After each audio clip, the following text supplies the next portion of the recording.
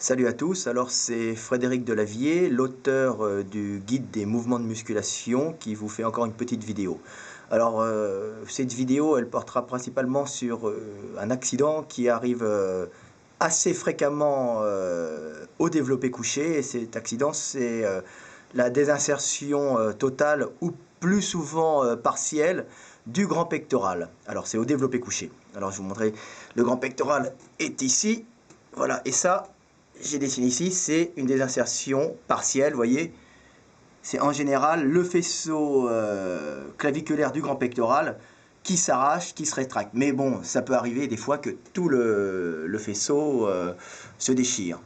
Alors, pourquoi cette blessure? Alors, cette blessure, évidemment, c'est parce que l'on prend des charges énormes. Hein. Ça arrive pas, ou très rarement aux débutants, hein, mais le plus souvent, ça arrive avec des personnes qui progressent et qui arrivent sur des poids lourds. Mais tout le monde ne se déchire pas au développé couché. Hein. Il faut savoir qu'il y a des morphologies qui prédisposent.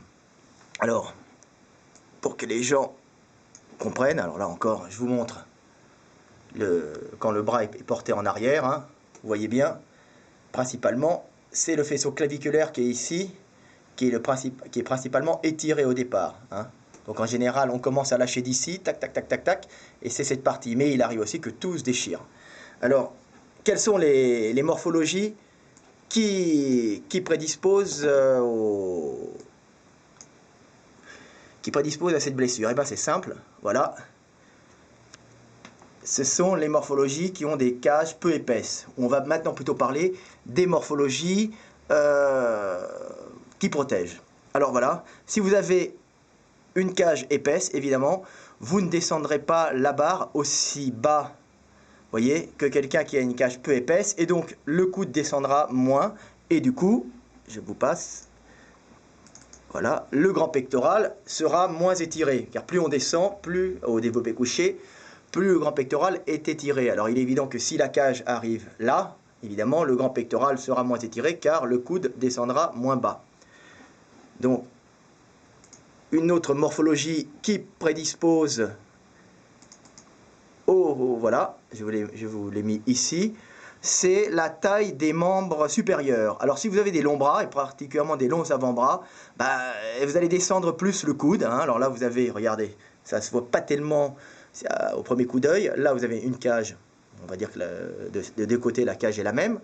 Là, vous avez des grands bras, des bras plus courts. Vous voyez, quand le bras est plus court et l'avant-bras plus court, on s'aperçoit que le coude descend moins. Et quand l'avant-bras est plus long, vous voyez ici, bah, on s'aperçoit que le coude descend plus bas. J'ai tracé une horizontale. Hein. Donc en descendant plus bas, qu'est-ce qui se passe? Encore une fois, voilà, le grand pectoral qui est ici est étiré si vous descendez le coude le plus bas possible. Voilà, alors je vais vous passer un peu en revue quelques types de champions qui, eux, n'ont pas d'accident. Hein. Voilà. Là, c'est Laszlo Mészáros. Hein, j'avais fait un reportage il y a quelques années en Hongrie. C'est un gars qui monte sans maillot à 300 kg. Hein, c'est le champion du monde. Il a été champion du monde dans toutes les catégories. Hein. C'est un gars qui c'est un gars de Miskolc, en Hongrie. Hein. Il est gardien de but en plus. Il était, parce que maintenant il est quasiment devenu professionnel. Donc c'est un gars qui a une morphologie particulière. Si vous remarquez, il n'est pas large d'épaule. Hein, ce qui fait que les omoplates ne vont pas basculer de chaque côté du banc et tirer en arrière. Et il a les bras relativement courts, malgré son 1,80 m. Hein, vous voyez.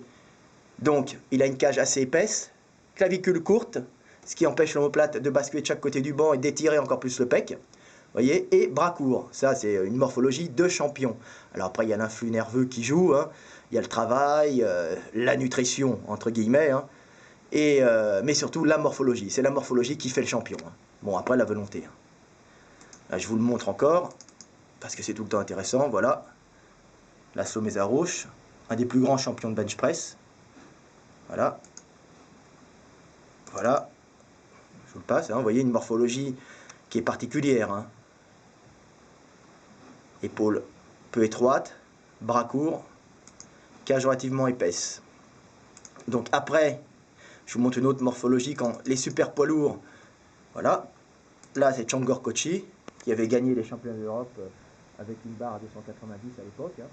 Voilà, alors là, c'est des mecs qui ont des cages énormes, hein, c'est des gros gabarits, hein, donc une faible descente de la barre et peu de risque de s'arracher les pecs. En plus, ils ont des combinaisons en power. Vous voyez, donc bras court proportionnellement, hein, parce que le mec il mesure presque 1m95, donc c'est un gars qui faisait 170 kg, c'est un mec énorme. Voilà, donc vous amusez pas à faire du développé lourd si vous avez les longs bras ou resserrer un peu la prise. Alors je vous montre encore, voilà, ça c'est des morphologies dans les petites catégories. Qui est-ce qui gagne au bench press? Bah, en général, c'est les nains ou les mecs courts. Alors bon, Cucuzella c'est un champion français qui est extraordinaire. Hein. Alors lui, c'est pas un nain, mais c'est un mec qui est relativement court, petit et court, donc il se blesse pas. Et là, vous avez un nain polonais, hein. Vous voyez, je me souviens plus de son nom, c'est un nain. C'est pour bien montrer que c'est on va dire une maladie qui permet quand même de faire des champions. Comme ils ont les bras courts, ils ne se blessent pas et c'est eux qui gagnent tous les podiums. Là, voilà, regardez ce que ça fait. Un développé sur des bras extrêmement courts. Hein. Je vous montre encore un nain. Voilà. Regardez, il descend la barre. Alors lui, il va pas essayer de se blesser. Course très courte. Parce que son anisme fait qu'il a des bras très très courts. Hein. Donc on remarque, la cage pas forcément très épaisse, mais les bras sont tellement courts que l'amplitude du mouvement est faible. Et ça ne tire pas sur les pecs. Donc faible amplitude de mouvement, pec peu étiré, puissance énorme. Un peu comme les taupes quand elles creusent. Vous voyez, bon, ça fait pas un mouvement très rapide non plus. Hein. Donc voilà. Bon, petite histoire, voilà. Csongor Kocsi, avant de passer sur son record quand il était au championnat d'Europe. Voilà. Concentration de Laszlo Mészáros. Hein, ça demande quand même beaucoup de concentration. Voilà. Et alors maintenant, je vais vous montrer un peu. Voilà. Là, je vous ai passé en même temps pour vous montrer hein, l'extrême des morphologies. Hein. Cage peu épaisse, bras long. C'est une morphologie qui n'est pas bonne pour le développé couché. Vous ne serez jamais un champion. Et cage épaisse, bras court. Bah là, vous avez toutes les chances d'avoir un bon coucher. Hein. Ça n'a rien à voir avec la force. Hein. La force, les deux le long. Simplement, lui a les bons leviers, lui n'a pas les bons leviers. Lui, il va vous envoyer un crochet dans la tête qui va vous péter la tronche. Lui, il aura une moins bonne allonge. Il pourra vous mettre un direct éventuellement ou un uppercut. Voilà, c'est aussi valable pour la boxe. Alors après, je vais vous montrer des types de déchirures. Hein. Voilà. Freeman, un magnifique champion. Alors voilà, vous voyez, son pec ici a été déchiré. Voilà. Bah alors pourquoi? Bah parce que c'est un mec qui a des bras longs, qui a une belle ligne, qui est bien massif, mais visiblement il s'est entraîné au coucher. Il avait les bras longs, comme c'est un black, les blacks en général sont plus longilignes que les Européens, que les Nordiques, on va dire. Donc qu'est-ce qui lui est arrivé? Pouf, son pec a été étiré en bas. Hein. Je vais vous remettre le dessin. Hop, hop, voilà. Vous voyez, quand on descend bien bas, le pec est étiré. Alors plus on a des grands bras, plus il est étiré. C'est un black. Les blacks ont des grands bras en général et des grandes jambes.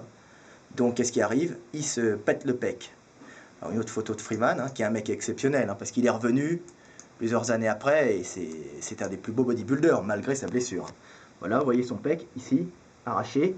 Bah, il continue à s'entraîner. Hein. Voilà. Alors quand il vous arrive cette merde, tout de suite, hop, à l'hosto, et vous demandez à vous le faire réinsérer direct. Alors maintenant, comment éviter ce type d'accident? Hein? Voilà, je vais remettre ça. Comment éviter ce type de désagrément? Bah, c'est simple. Évitez de faire du coup, quand vous avez des grands bras, d'abord regardez-vous dans la glace.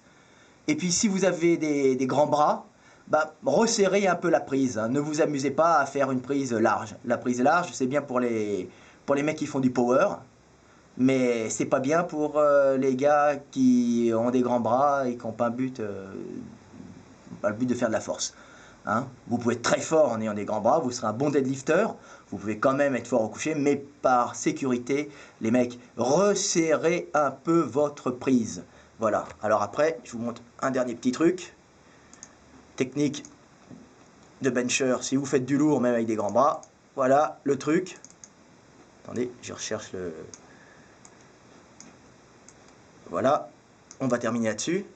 Voilà, Ça, c'est les techniques utilisées par les powerlifters pour justement limiter l'étirement du pec et avoir plus de puissance, justement en ayant un mouvement plus court. Alors, c'est pas un beau mouvement d'isolation du pec, hein, ça ne sert pas à isoler le pec comme en body, ça sert à pas se blesser. Alors, si vous avez des grands bras, vous voulez quand même épater en salle, ben, adoptez une posture powerlifter hein, quand même, hein, ça veut dire cambrer au maximum, voyez, pour limiter la descente de la barre et limiter du même coup l'étirement du pec sur des maxis. Voilà.